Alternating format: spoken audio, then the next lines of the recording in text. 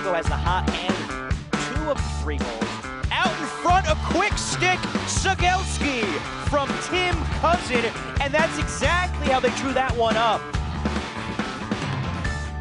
Getting in my car after the Somers-Darien girls game, and I get a text. You didn't jinx us, Genevieve. I picked them and put a face on it. You know, the Genevieve Bowl used to be at Lakeland Panis. You know, now he's over here. And he dominated this in the beginning, won the first 3. Bang, bang, bang. Lakeland Panis took the last 2. Boom, boom. And then bam. Right, bang, bang, bang, boom, boom, bam. That's it. Hey, listen, sounds like a rap album. Buddy, the way things are going for Yorktown right now, I thought death, taxes, Yorktown Class B champs in Section 1, not a given. Yeah. I'm a little worried about John Jay right now. But right now, other than Somers, you know who the hottest team is in Section 1? Who's that? Mayapack. They just beat Bronxville and John Jay. Right. They're a 6-9 team. And we'll get into this a little bit, but I don't think it's so much that when you play the type of schedule that Yorktown plays, you're never going to be shocked if they lose to the likes of Darien or St. Anthony's. But I was in attendance at the home game against Darien. It's not the fact they lost; it was how they lost. That's it. It's never about. That's why, to me, as good as Bronxville played against Greenwich, right, and Henry Grass didn't play, the talented junior going for Hopkins, concussion, he'll be cleared to go this weekend. Yeah. But after they stood up there and faced Greenwich, on Saturday, that was a Thursday night, on Saturday they lost to Mayapack. So I honestly think right now, teams like Yorktown and Bronxville, they've said, okay, enough is enough. We've traveled all over the place playing these great teams. Let's get to the postseason. But Grass didn't play against Mayapack either, right? No, he didn't. He didn't. He didn't. But you can't lose that game. No, I hear you. Because if you look at, and I love Timmy Horgan's team. I do. Their defense, I'll tell you this, Charlie Terry, as soon as I saw this cat playing the other night against Greenwich, I was on the phone with Clark. Who's this guy? He goes, oh, we had him. He's a junior going to Princeton. How about this? You know, and we'll get to, Genevieve in a second. In the lacrosse season, do you have on your speed dial listed as who's this guy when you call Clark? Pretty much. As soon as he's somebody. Well, there's another guy, Owen Jones, face-off guy in this game, going to Yale. He beat Sullivan in this game, which is hard to do. The Greenwich face-off guy. Sure. I thought he played very well. But Bronxville, when you look at their 6 losses now, by a combined 13 goals. Yeah. I think this team right now is just trying to get healthy, trying to get to the second season, and they're, believe it or not, if this team can get healthy, they're better than the team that lost in the C-State final a year ago. This team is built to win now. You know, listen, you never have a comfort zone if you feel like your team is built around one guy, and there's way too much talent at Bronxville to think that if you take Henry Grass out of the equation, that they would be a completely different team. That being said, he has over 300 points in his career. Okay, that's a lot of points. I'll tell you this, and when he's not out there, they feel different. He was in shorts and a t-shirt, before the game, and he's a big dude. Oh, I did not realize. He's an impressive looking kid. And of course, I go up there, and I blew off Brian's game, my son, because I watched those guys last year in person in the semifinals when they beat Shoreham Wading River. Yeah. So I wanted to see Grass again. And when I said to Tim, he's not playing. What? But then I'll tell you what, though. Now I'm totally into this Terry kid. You'll see him in the highlights too. He's very good. Great day. I mean, seriously. If you're Prunty for Lakeland Panis, you're all jacked up.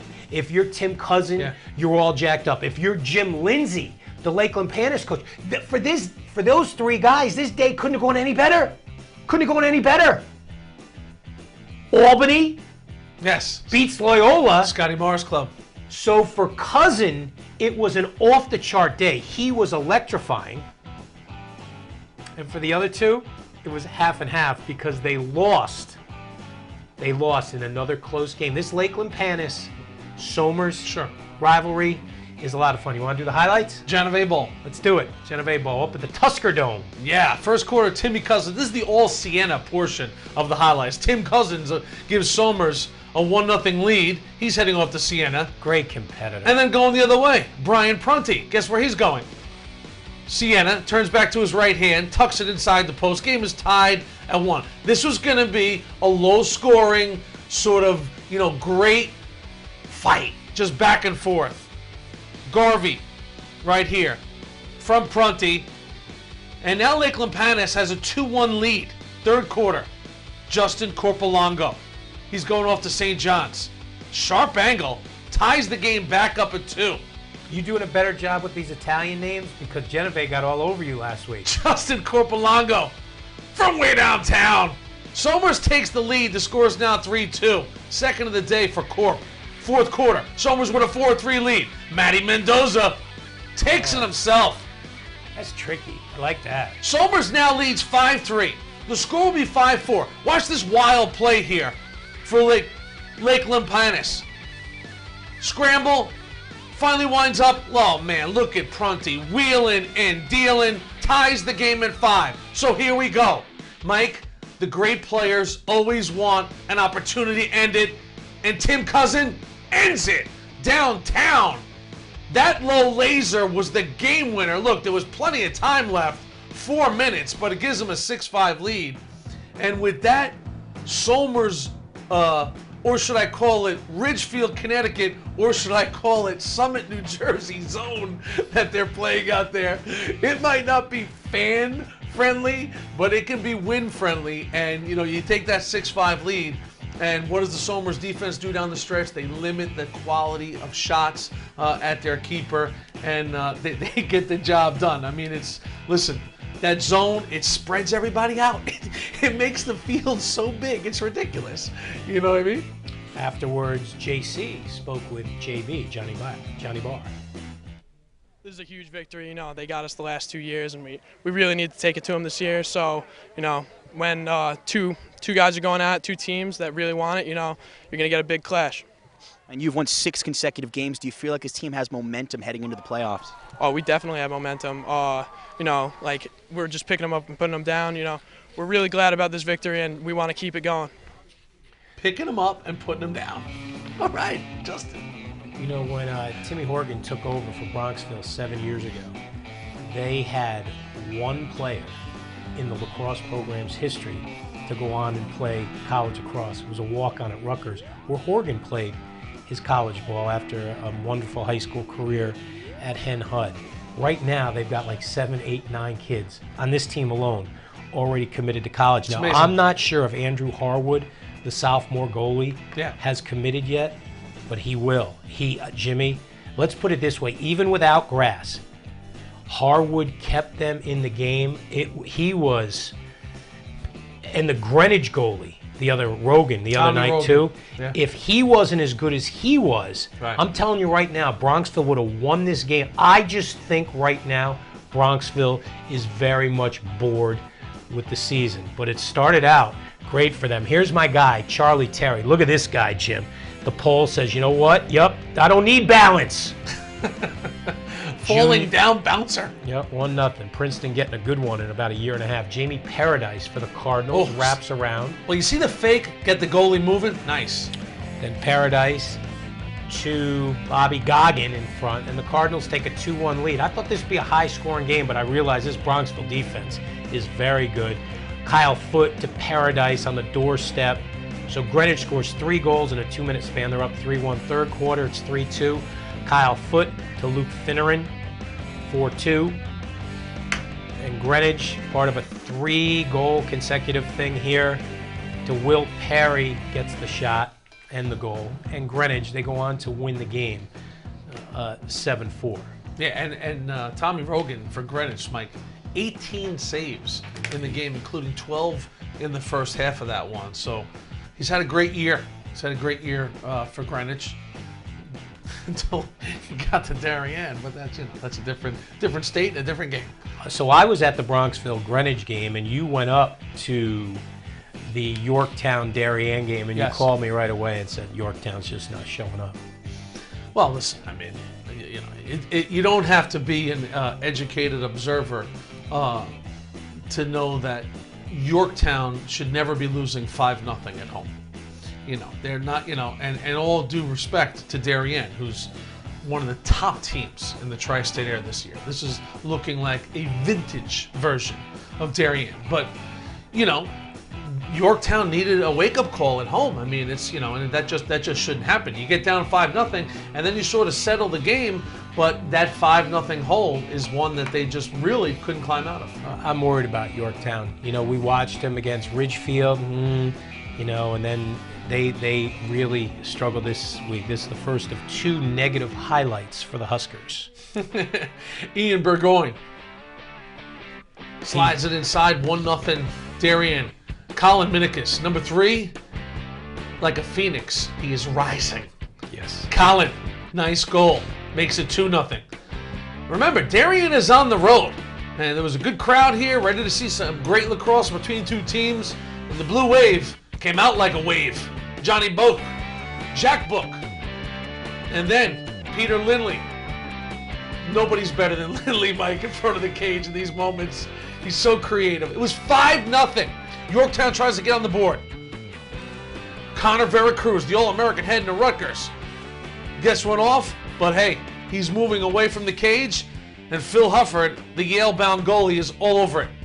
All right, so the score would be 6-3 at this point in the third quarter. Opportunity for Peter Lindley. Makes it 7-3. The southpaw steps into one. Peter Lindley, he's one of these guys who gets hot, and when he gets hot, he wants the ball, gets it here, Rip City. Lindley makes it 8-3. They go on to win 8-5.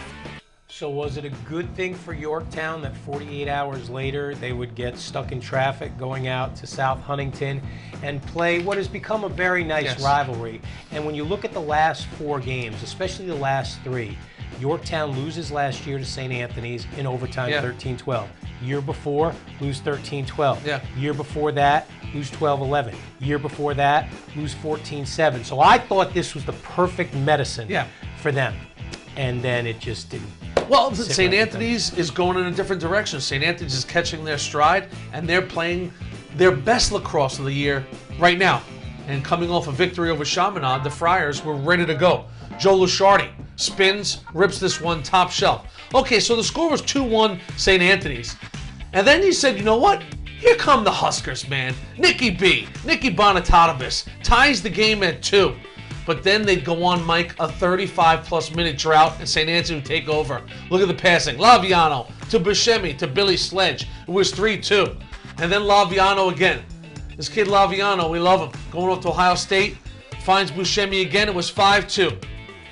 Logan Peters. Peters is doing a really good job. He uses his big body, played a nice game. But Jack Concannon, the Army-bound goalie, right on top of him. And St. A's, again, look at this effort here. Mike Laviano. Young man's heading off to Ohio State. And then finally, Brendan Homeyer to the Georgetown bounder, Greg Galligan. Watch the quick release. Right there. St. Anthony's in total control. Wins it 12-7. Galligan with a triple. For Yorktown, they close out the regular season tomorrow, taking on Wilton. And so people will be talking about that. Maybe Isaac Cass will be. Hey, listen, get up off the deck. You know, Nicky B to Veracruz, get the boys going. And look at this, live chatting with Isaac Cass. Yep, for Hudson Valley, you want to talk lacrosse? Pepper him. Give him some good questions. This guy is all over it. He goes everywhere. So he is, be interesting to see if anybody says, hey, Isaac, can Mayapack win this thing in Class A? What do you think? I think anything goes. I think Mamaroneck, Lakeland Panis, Mayapack right now. I still think Yorktown's the team to beat. I think Yorktown talking the A's or the B's? Takes on a different identity. Well, isn't Somers in there with Yorktown? Yeah, but in the B's. I was talking about the A's. You mentioned Somers. No, I didn't. Yeah, you did. I said Mamaroneck, Lakeland Panis, and Mamaroneck, Lakeland Panis, and Mayapack. Okay. Wait, go ahead. You talk about the B's. No, I expect the Huskers to rediscover some life. Yes, I do not know if there is going to be a Hudson Valley team in the top 20 tomorrow. Oh, really? Should there be? Should there be? I don't know. That is a tough decision. We'll see. Bring back Oscars.